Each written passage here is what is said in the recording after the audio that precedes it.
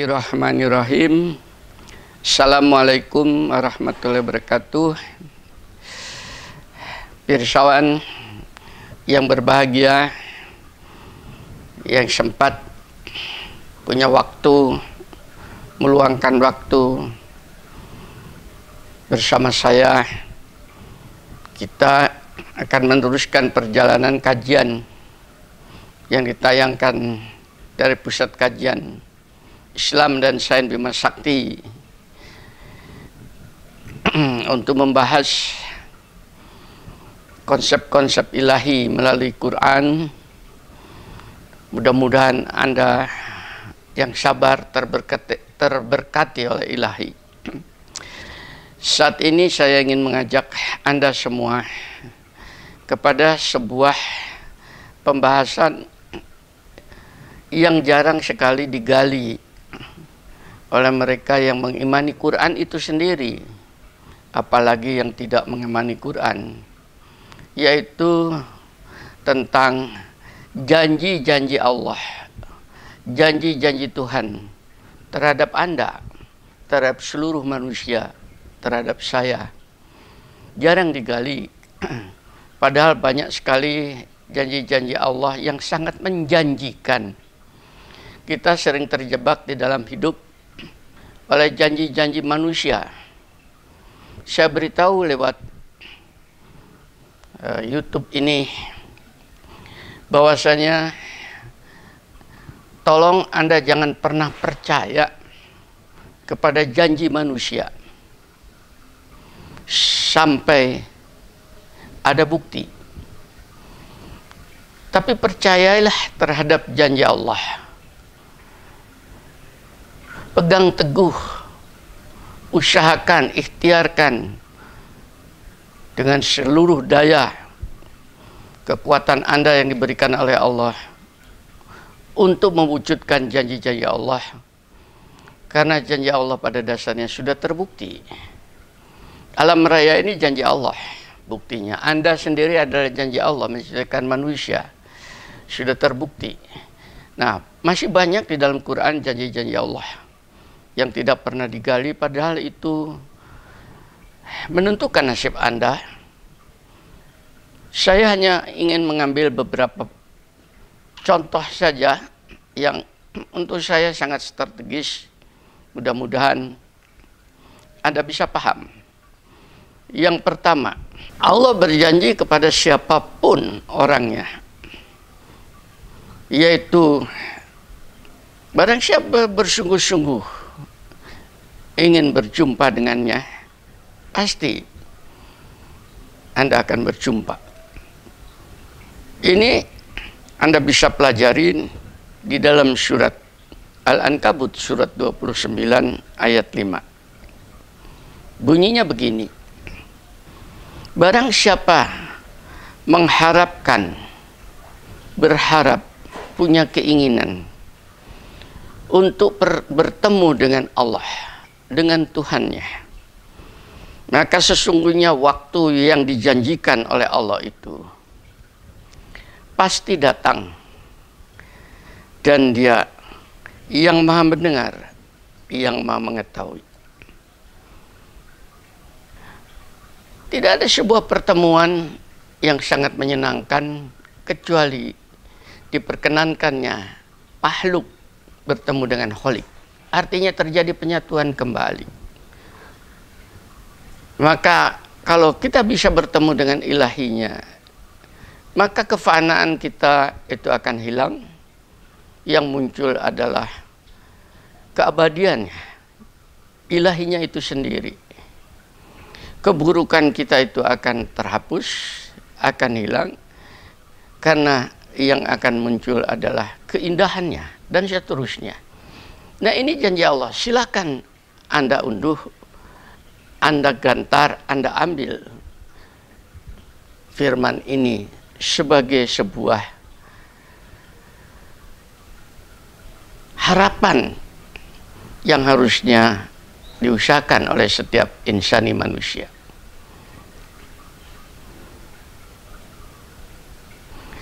Tentunya di sini yang dinamakan Allah ini adalah Allah yang disebutkan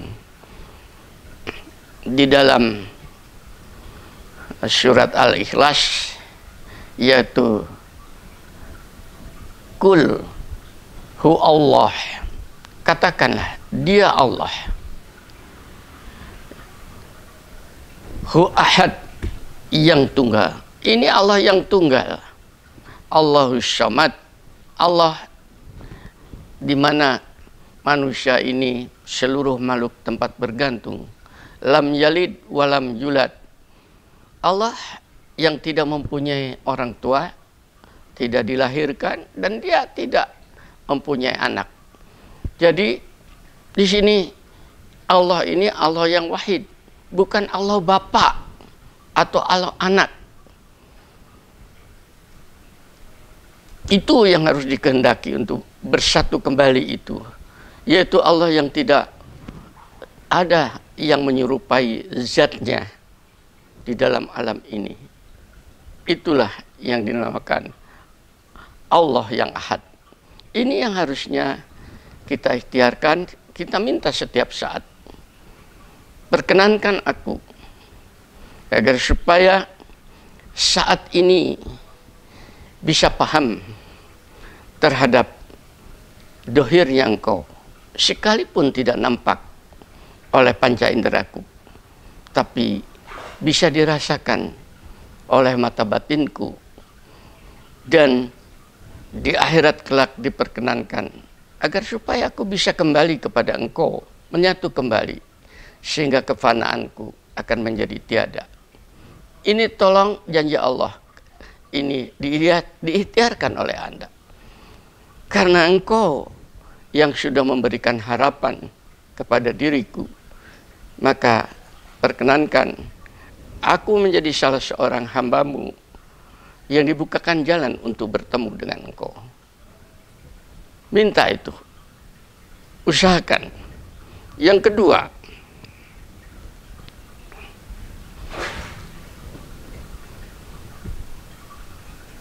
tentang materi.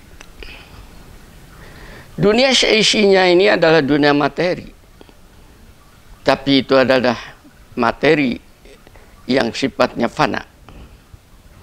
Maka agar supaya materi itu menjadi bako, abadi, karena di akhirat juga ada alam materi nanti. Makanya ada air mengalir, sungai-sungai itu semua materi. Supaya menjadi kenyataan yang abadi, tidak fana, tidak ditinggal mati, tapi dihidupkan kembali nanti di akhirat. Maka tidak ada lain kecuali materi yang Anda pegang ini tadi, tolong disisihkan bagiannya untuk perjuangan fisabilillah, menghidupkan firman-Nya ini, menghidupkan Islamnya ini, agar supaya kita bisa berbagi dengan sesama tentang kebenaran. Ini disampaikan di dalam surat Al-Anfal, surat ke-8 ayat 60. Apa saja dari materi yang kamu infakkan di jalan Allah fisabilillah, niscaya akan dibalas dengan kecukupan kepadamu, dan kamu tidak akan dirugikan sama sekali. Ini janji Allah. Jadi kalau Anda berjuang fisabilillah dan amwalikum, dengan amwal Anda itu tadi, Anda tidak akan kehilangan apa-apa sebetulnya.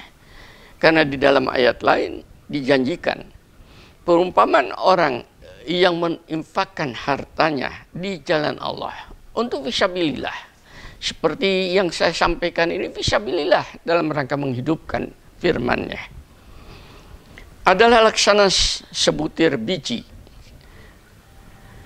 yang kemudian ditanam, kemudian tumbuh. Dari sebutir biji itu maka tumbuhlah 7 tangkai, atau kalau padi 7 anakan atau male, dan pada setiap tangkai itu ada 100 biji. Dari biji berbiji lagi, berarti 700 kali lipat. Allah melipat gandakan bagi siapa yang Dia kehendaki, dan Allah Maha Luas, Maha Mengetahui. Surat Al-Baqarah 261. Ini janji Allah. Untuk membuktikannya janji Allah itu hadir, maka Anda buktikan sendiri. Insya Allah Anda tidak akan dirugikan, kata Allah. Maka pada saat Anda berjuang fisabilillah dengan menginfakkan itu, Anda bersyukur. Aku berterima kasih kepada Engkau bahwa aku terpanggil dan diberi kesempatan menjadi salah seorang hamba-Mu yang mampu memberikan kekuatan untuk mengeluarkan amanah, yaitu materi yang Kau berikan ini tadi, dengan ikhlas untuk fisabilillah. Bersyukur. Dengan demikian Anda dimuliakan dua. Yang satu dimuliakan, dikasih amanah, yaitu perbenaran Allah, dikasih kepercayaan. Yang kedua, Anda dimuliakan karena Anda tidak menjadi kikir dengan itu, akan tetapi Anda justru mempunyai kepedulian. Bagaimana supaya firman ini hidup di dalam hati manusia? Karena hanya dengan itu manusia itu menjadi manusia. Tanpa ada rujukan ilahi, manusia ini akan menjadi kadimbal, saling memangsa. Nah, itu tuh perlu perjuangan. Saya dari hari ke hari, dari waktu ke waktu menyampaikan ini semua itu karena saya meyakini bahwa ini adalah fisabilillah, jalan di jalan Allah yang bisa saya lakukan pada saat saya usia sudah uzur ini.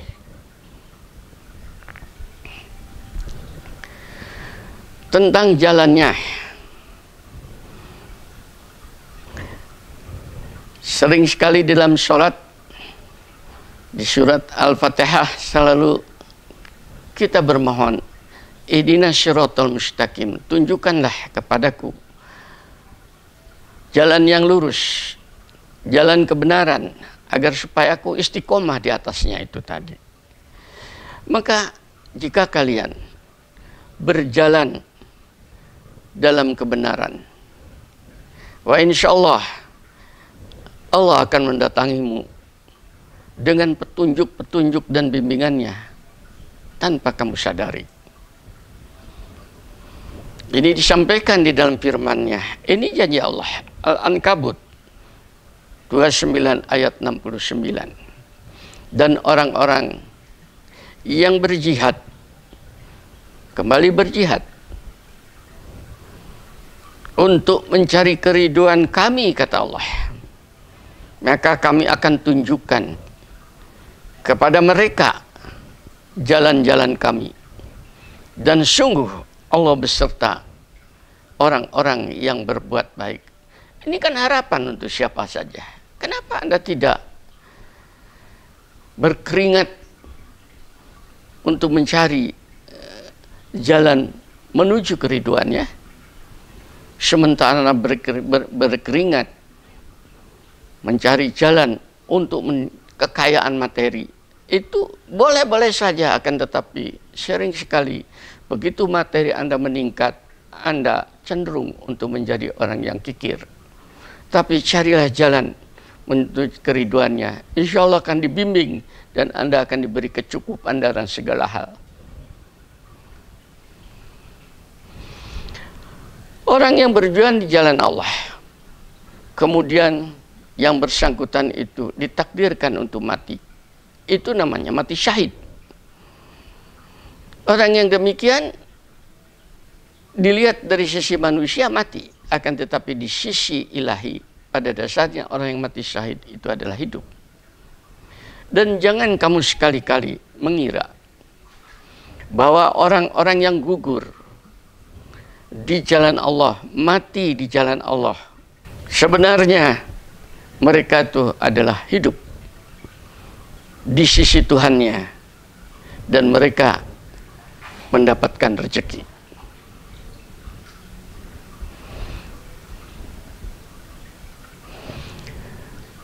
Di ayat lain disebutkan mereka bergirang hati dengan nikmat dan kurnia dari Allah. Dan sungguh Allah tidak menyia-nyiakan pahala orang-orang yang beriman, yang berjuang sungguh-sungguh. Oleh karena itu, mari kita dari hari ke hari kumpulkan ini harapan-harapan daripada Allah itu tadi, kemudian kita mintakan dan kita buktikan, insya Allah kita akan dibimbingnya. Tentang ampunannya, kita bisa sadar bahwa tidak ada seseorang pun di atas muka bumi ini yang tidak pernah jatuh dalam kesalahan, jatuh dalam kehilapan karena kefanaan kita. Dan barang siapa menyadarin akan kesalahannya, kemudian dia mau memperbaikinya dengan sabar dan meninggalkan kesalahan itu, maka insya Allah dia akan ditunjuki oleh Allah kepada jalan pada kebenaran dan ketemu dengan kebenaran itu sendiri. Janji ini disampaikan pada Anda yang sekarang mendengarkan. Jangan merasa Anda sudah bersih suci. Insya Allah kalau betul-betul diaudit, tidak ada satu orang pun yang bisa lolos daripada kesalahan. Oleh karena itu Allah memberikan harapan kepada mereka dan orang-orang yang beriman. Yang pertama, beriman dulu bahwa ada Allah yang memberikan harapan dan mengerjakan kebaikan, kemudian kesalahannya ditinggalkan dan dilipat gandakan amal-amal kesalehan untuk mengoverlay, untuk menutupi kesalahan-kesalahan yang sudah lalu. Pasti akan kami hapus kesalahan-kesalahannya. Ini janjinya Allah. Jadi bukan kita yang menghapuskan, tapi Allah itu sendiri.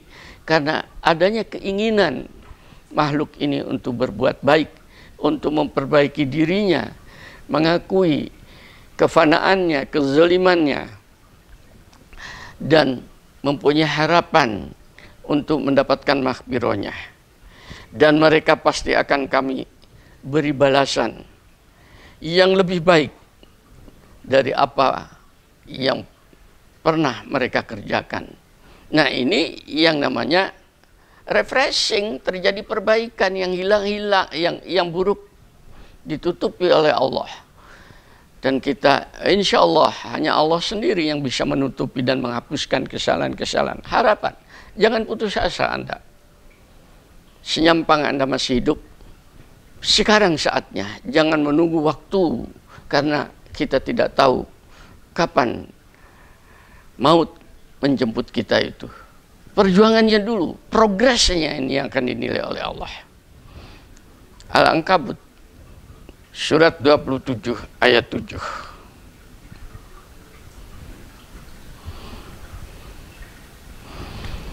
Tentang rezeki, banyak orang bingung dengan rezeki. Seakan-akan rezeki itu dicari, padahal rezeki itu adalah diberi oleh ilahi. Maka kenalilah ilahinya dan mintakanlah kepadanya, tentunya dengan segala perangkat yang sudah diberikan oleh Allah kepada kita. Insya Allah akan ditunjuki di mana rezeki Anda harus diambil. Dan ini dijanjikan oleh Allah kepada orang yang demikian. Dia Allah memberikan rezekinya dari arah yang tidak disangka-sangka. Dan barang siapa bertawakal kepada Allah, maka niscaya Allah akan mencukupkan karunia-Nya.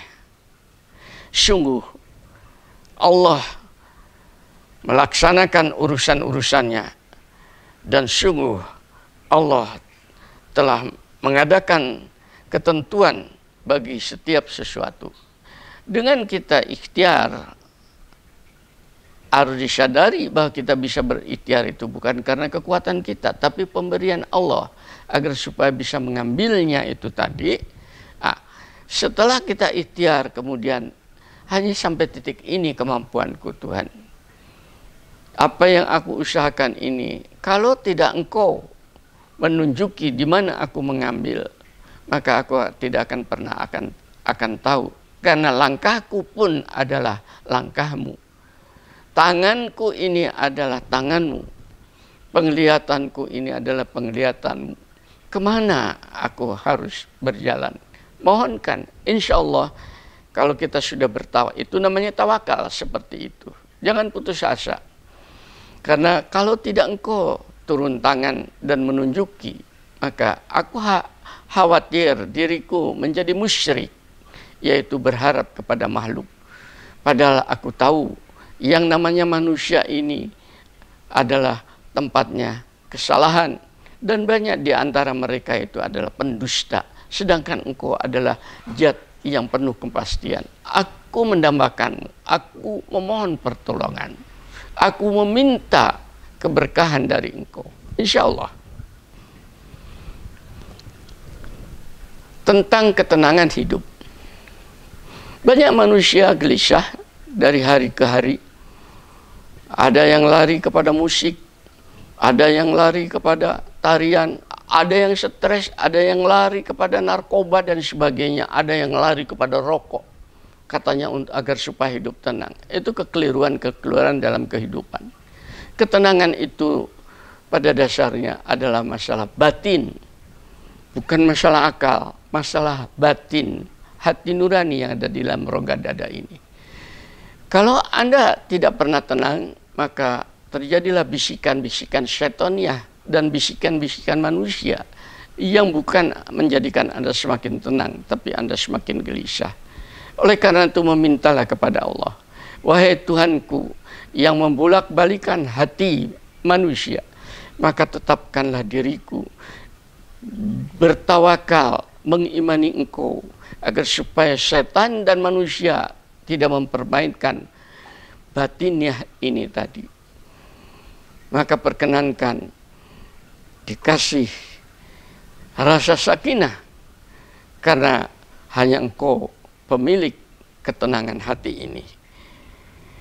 Inilah janji Allah. Dialah yang akan menurunkan ketenangan ke dalam hati manusia yang beriman. Arti mengimani bahwa yang bisa menenangkan itu hanya Allah semata. Bukan materi, bukan musik, bukan teman. Dan untuk itu Allah menambahkan keimanan atas keimanan mereka. Dan milik Allah lah bala tentara langit dan bumi.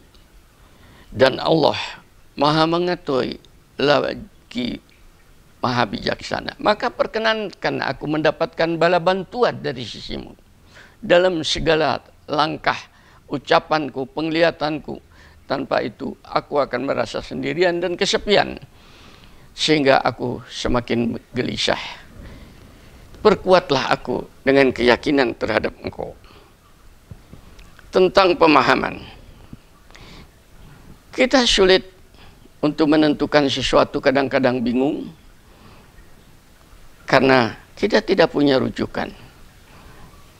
Rujukan hidup yang insya Allah akan memberikan ketenangan itu adalah rujukan dari ilahi itu sendiri, dan diberikan kepada siapa saja bagi mereka yang mau mengunduhnya. Dan inilah janji Allah. Dia akan memberikan hikmah pengetahuan kepada siapa yang dikehendaki.